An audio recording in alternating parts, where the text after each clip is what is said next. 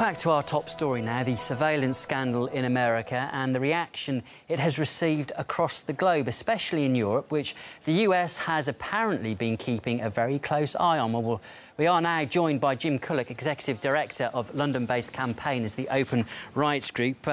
Thanks for your time this evening. We've heard a lot of discontent and even outrage, haven't we, from various European officials, but what have the British said about this scandal?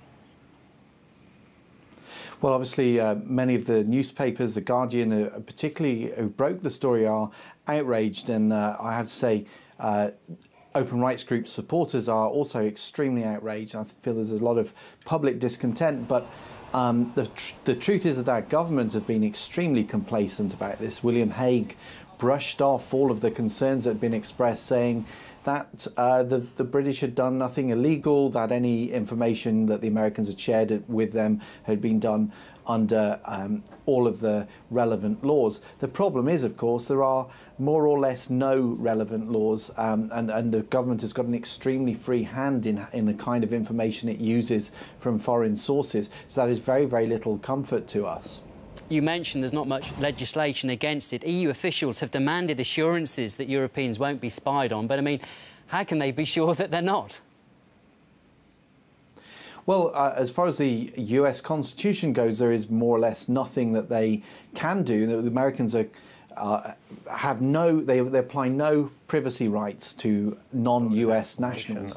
They claim that essentially that anyone who is a foreign person can be spied on by them, as if they have if there are a national interest in doing so. So basically, if you're a business that competes with American strategic businesses, if you are somebody protesting against American foreign policy, if you're a journalist that breaks a story like that about PRISM, then if you're foreign, the American government believes that it's got a right to spy on you. I think that's extremely broad, and I don't think there's much that they can say to the Europeans which is currently going to mean very much at all.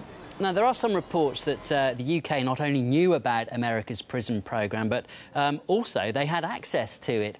Why do you feel that Britain isn't facing the same level of criticism? Well, I think it is facing a good deal of criticism within the UK.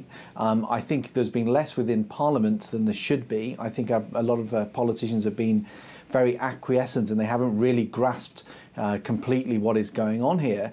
But I think there is a lot of criticism out in society at large. I think what is a bit disturbing about the attitude of our government at the moment is that they're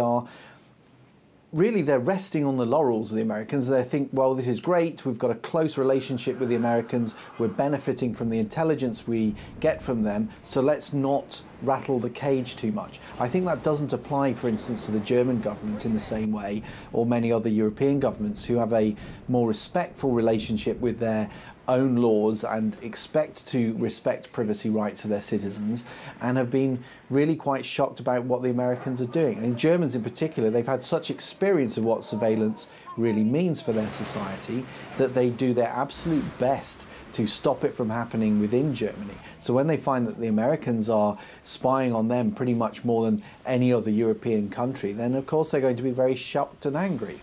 And what does this story tell us about the scale of global surveillance?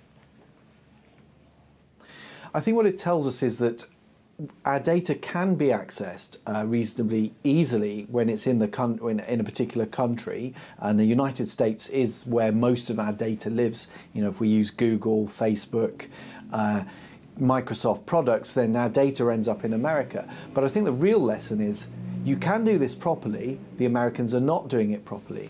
The Americans have written secretive laws which say if they want to spy on these data, on our data in American data centers, then they can do it in secret without telling the public who they're working with, how their systems work, or indeed even how many of these warrants they issue. And if you have that kind of secretive process and secret courts deciding what can and can't be done, then you have a completely unaccountable system, and you can badger politicians, you can threaten politicians into agreeing to all kinds of things. Because if you say to a politician, this is your choice, spy on some citizens who we think are guilty, or deal with terrorist atrocities, they will choose the spying. Jim, that's why it's got to be out in the open with courts.